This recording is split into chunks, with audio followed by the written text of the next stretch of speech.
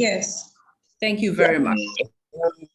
So today we are going to talk about challenging mindsets.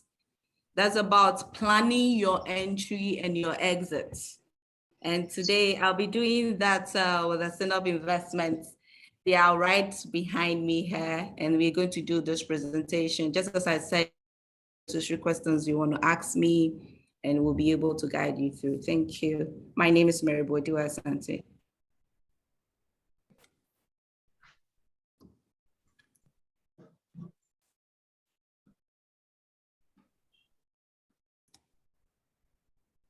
Okay, so we'll be looking at what is an opportunity. We'll be looking at employee entry. We'll be looking at employee exits. We'll be looking at some hard truths. We're going to look at 3 key truths. We're going to look at how to plan. One of my favorite quotes is, opportunity is missed by most people because it's dressed in coveralls and it looks like work.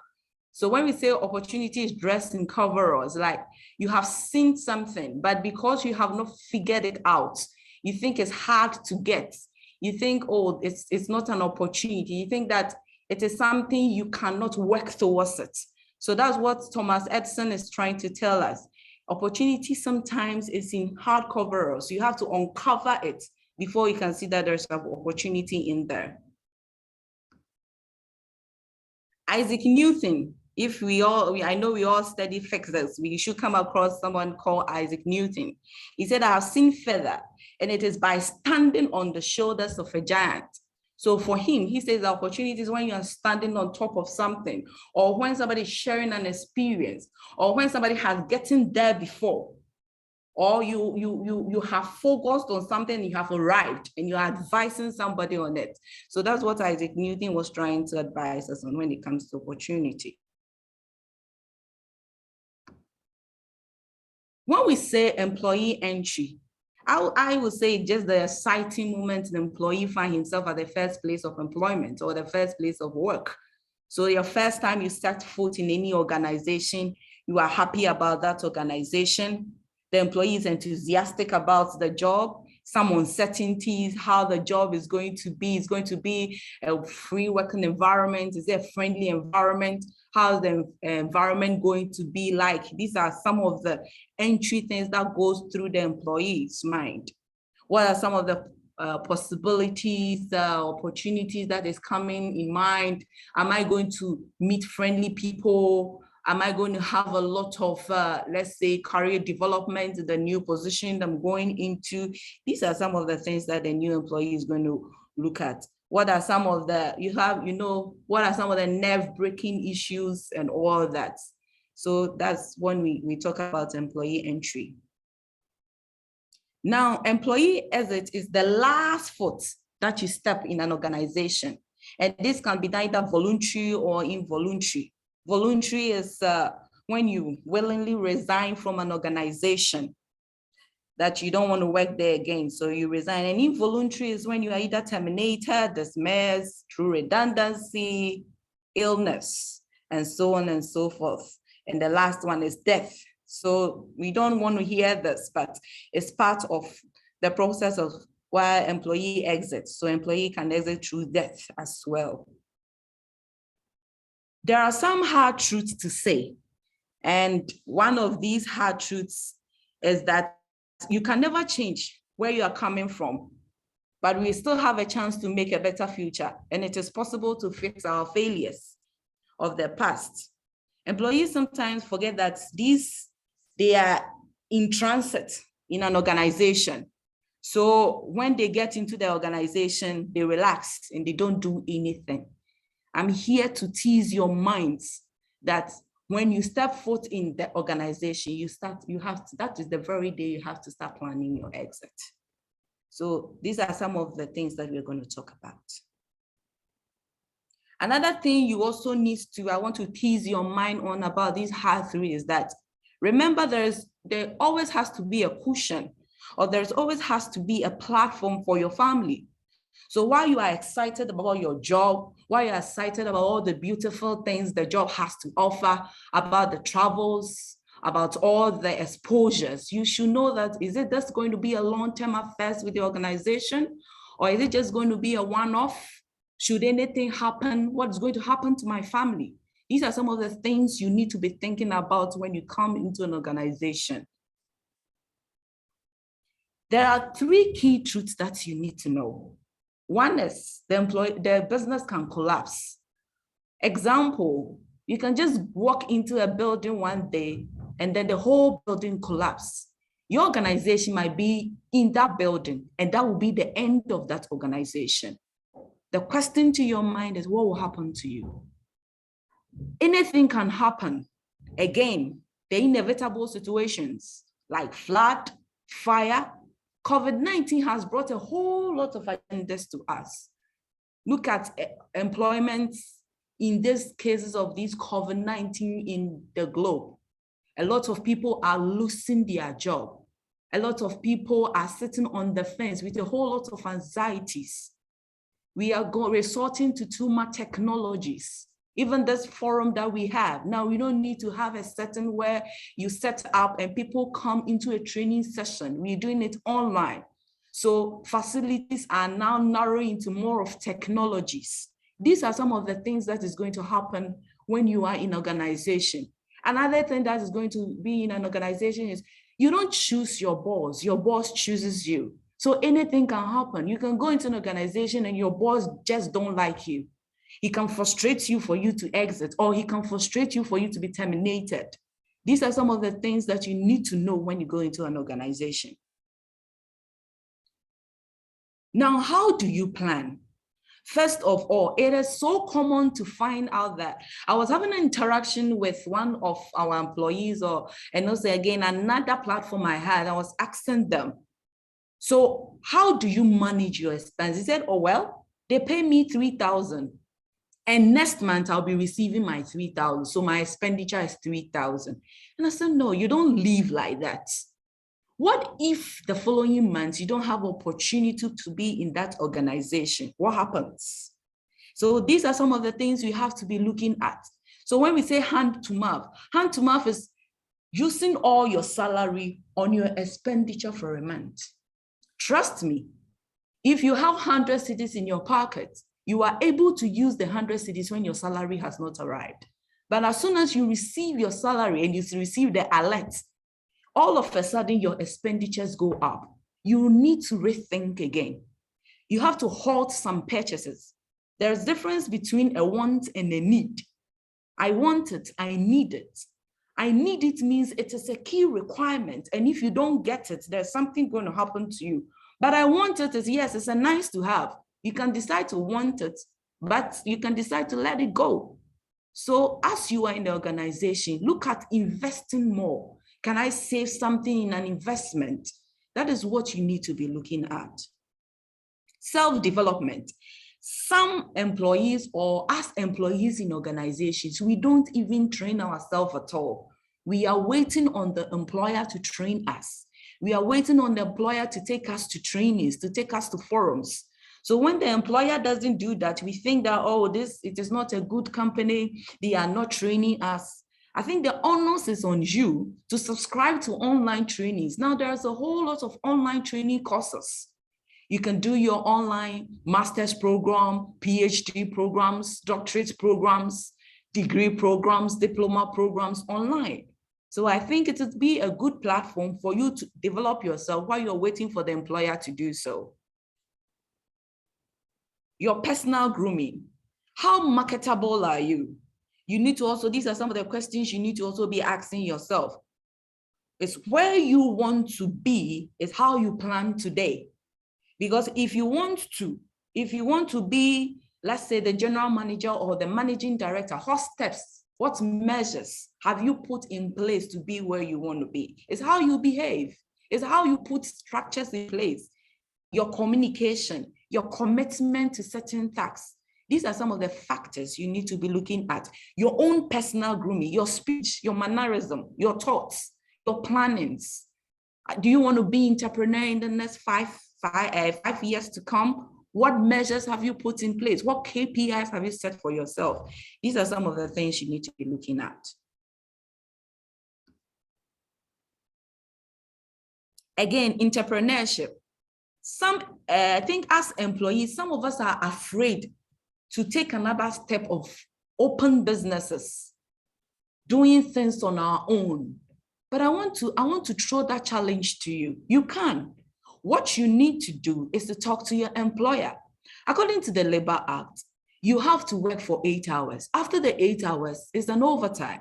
If you do not have so much stringent of a job to do, you need to have a word with your line manager of your extracurricular activities that you do. So you can tell your manager, well, I own a poultry farm and I do that on weekends and it is recorded. Or let's say I owe this business that I run. It's an aside that I do. I have a bidding company that I run. It is an aside that I do. I have this workshop I do for an organizations. These are some of the things you need to do as to envelope this your entrepreneurship skills, to bring it out. Because if you do not bring it out now, you'll find yourself wanting when you are asked to exit. I want to challenge your mind on these things as you listen to me. Creating your own yacht. So when I say creating your own yacht, what I'm trying to say, the kind of people you associate yourself with, even in the work environment. There are some work environments, all that they do is looking at, okay, who is wearing this? Okay, where are we going? But you have to get yourself acquainted, or you have to centralize yourself with people who are thinking about the new business ideas, the new next step of their development. It cheers you on and you are able to develop yourself. But if you are with people who are only just talking about spending money, looking at the next gates to go, looking at, not focused enough. The kind of friend you have today are the kind of businesses you want to establish in 10 years to come. So we need to also look at that as you go ahead in life. Update your CV. It's so common with us as employees. When you are employed in an organization, you just put your CV down somewhere. You throw it somewhere. You don't even look at it. But you need to be updating your CVs. The trainings you go, updated. The forums you go, updated. The platforms you get to talk to, updated. So your CVs are always intact. Then it means it's not like you're trying to tell the employer that I'm exiting the next day. No. You're telling the employer that you're marketable. You are ready. That is what you're telling the employer. It's not an offense to be updating your CV regularly. So I will encourage you to be doing that.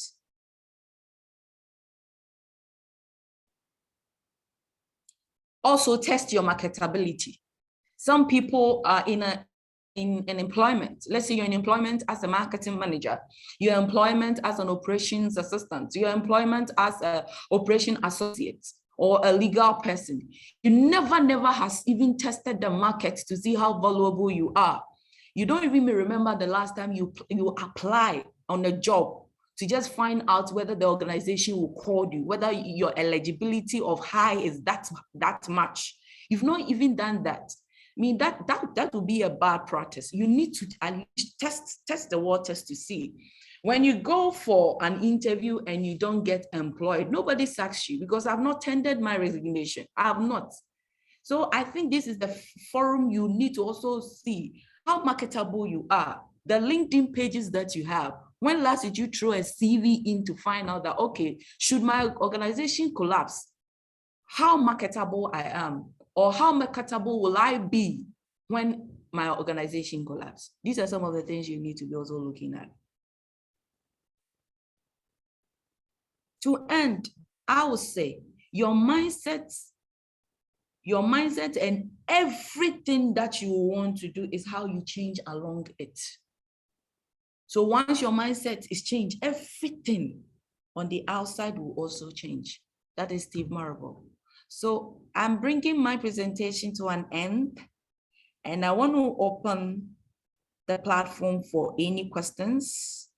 But just as I said, this platform is sponsored by SINOP. They are investment organizations, deal in engineering, human resource, all the platforms that you want us to assist you with. SINOP investment is going to help you with that. So you can unmute your mic and then ask the necessary questions you want to ask me. Thank you very much.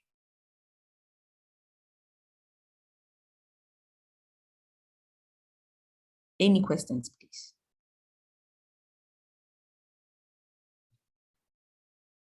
Okay, I see a hand up. Kindly unmute your mic. Good evening. Good evening. Mary, I would like to say a very big thank you for that wonderful presentation. Really, really sound. Most of the things you said, most times they're on the blind side of a lot of people who are employees. But there's just one aspect I would like you to throw a bit more light on. When you mentioned that about testing your marketability, should an employer know about that, or you just do it on their blind side? Thank you. Thank you very much. I don't know if my question is clear. It's very clear. Sorry, my network was a bit. Okay, so if I heard you correctly, your question is, when you are testing your marketability, should your employer be made aware of it? Yes, please, that's it. Okay. Yeah. It is no offense that you are testing your marketability. No employer will be happy to know that you are looking for a job elsewhere. No employer. But if I have a LinkedIn page and I have opened up for jobs for employers. So when you go to a LinkedIn page, you see job seekers. Once you checked out, there is a tab that you have to check out so that employers will see you. Your current employer will know that, yes, you have done that. And it is no offense. I have a boss. I used to work in an organization where I have a boss. If you have that rapport with him, you go to him and you tell him that I have this organization approaching me and I want to try. What do you say? And he will tell you, yes, I think you should go to the interview and give me the feedback. Let me know what they do. So it depends on the kind of environment you find yourself in. If you find yourself in an environment where the responsive level is there, you can. But if you find yourself in an environment where that responsive level is not there, then you can do it through the medium I'm telling you. You can subscribe to LinkedIn, Jobberman, Ghana Web, a whole lot of platforms on job portals that is doing recruitment. And it is not bad to receive notification. We have one called Michael Page, and Michael Page is investing for Africa day in and day out. You can look at these websites and they will approach you once they need you. Have I answered your question, Dalton? You have brilliantly, you really did. Brilliant, very sound. Thank you so much. You Thank made you. the clarification that depending on the response of the employer, you study your environment before you know the approach to take. Thank you. Thank you. Thank you. Yeah. Any further questions, please? Hi, Mary. Hi. Yes, so Mary, thank you very much. You never disappoint. Thank you, very insightful. The only area that I think, as young professionals and as aspiring professionals, you want to highlight more for us is the area of self-development. Of course, we all know that training and some courses online are not cheap. They don't really come cheap. Thanks to COVID, there are ones that became almost free.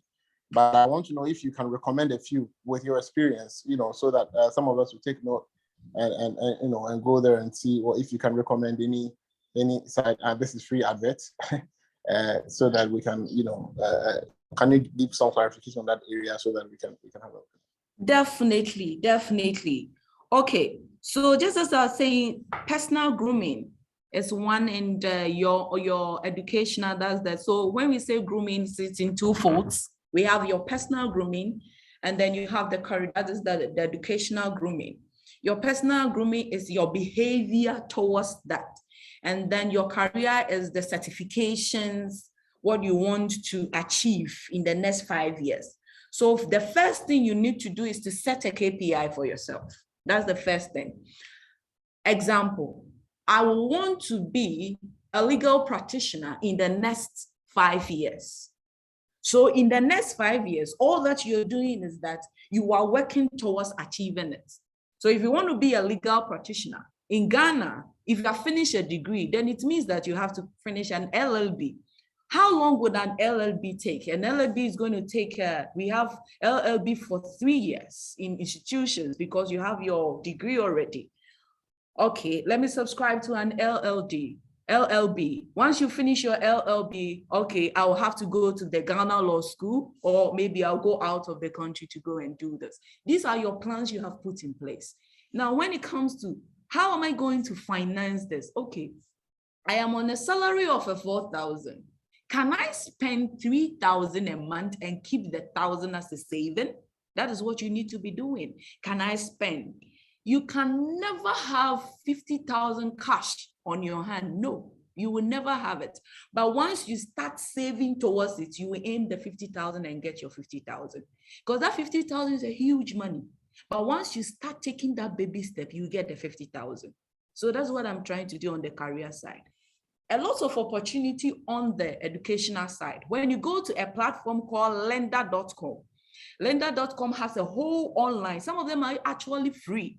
You just need to get a license and you're good to go. You have a license as cheap as $20, $30, $50, $100, depending on what you want to do. And you have courses like human resource, engineering, procurement, marketing, and all that. So you want to subscribe to those platforms to check. Again, you can also go to other websites that you have free online courses and they will give you certification. I have tried this, it has worked. You can also subscribe to institutions that are doing some short courses that is relevant to your role. In Ghana, we are, sorry to say, but our educational system is not helping us enough. So you will finish a degree in something, and you go to an organization and you can't even use it. So what you will be looking at, gearing a specific kind of degree to achieve it at the end of the day. You are a marketing person. What is what are you gearing towards? Do you want to be a marketing manager? What steps are you taking to be? On the personal grooming, when you say personal grooming too, one, the individual at the job, what are you doing? Some of us, we spend almost like 1 hour of our time chatting. And this is mostly at lunch breaks. Because you have that 1 hour and you sit and you realize that you're talking more about things that you could have used that 1 hour to serve the net to develop yourself. This is something you need to be looking at. You can only make a time when you look for the time. So these are some of the things you can't be looking at. There's lender.com. There is, just as I said, Michael Page is a job hunt site you can check. There is Ghana Web. There is an Africa something. I have all the links. Maybe later on I can share with the SINOP guys and then maybe they can make it available to participants. And it is working. So if you do that, it's going to help you. And again, the platform of also LinkedIn job portal, subscribe to it. They are always posting jobs there day in and day out. Great stuff. Thank you. Thank you so much. Thank you. Thank you. There is a hand up, AC. AC, please unmute your mic.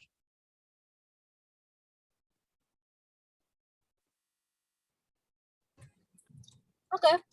Yes, to add to that personal development, I think it's not always going back to the classroom I don't think that's the only opportunity you probably have to develop yourself. Sometimes all you need to do is to read. Reading. Because the more you read on your whatever job you are doing, the more you read about your job in that particular area, you begin to create a niche for yourself. So for me, personal development includes reading. You read books. There are some free trainings online. Take it. may not have the money to go back to school, but you have the time. As Mary said, make time and read more. And learn from, you could also get a mentor. So become a mentee. So, or a coach, a life coach. So people that you look up to, where you can always go and get some more knowledge. It's all part of the personal development. Thank you very much, AC. Yes, very, very true. I think one of your KPIs you want to set yourself is what book. You need to look at the book that you're reading at least every month. You should be able to read a book. Read a book. There is a quote in a book that I read, and I think a lot of people might be familiar, Emotional Intelligence by Daniel Coleman. He said that as a manager or a CEO will be appointed by his certification, but his attitude will take him out. And it's a very deep thing that Daniel Coleman said. So it is very good to always abreast yourself with the book, at least set a KPI to read. There's so many books you can read. Emotional Intelligence, you can read the David Maxwell's book. He's more of a leadership. Everything about him is just leadership. You can read those books and it helps. It helps. Thank you very much. Any further questions? Yeah, good evening, Mary. Good This evening. is Janet. Yeah, Janet. Thank you so much for this wonderful presentation. I think I want to also add up to what you've said. I would also want to tell participants to look at the 10, 30, and 70 learning and development rule. It's not always that you have to go through a formal training to develop yourself. At least I think that forms 10% of your development. That is the formal classroom training. But what you can do, like AC also said, is to get a coach or get a mentor. It is very, very necessary, who will guide you in your career path, somebody into. Then the 70 rule is to learn on the job. Some of us get into organization and then we just restrict ourselves to our scope or our job duties or our job description. We have to go the extra mile, get closer to your boss. What is his duties? What is he doing? Try to assist, try to learn, even try to learn things that are not in your department. And that will help you to build yourself, because one day you will not know where to find yourself and you will need to switch from one profession to the other. So this is something little I want to add to your presentation. Thank you. Thank you very much. Thank you. That was wonderful. Thank you. Any more questions?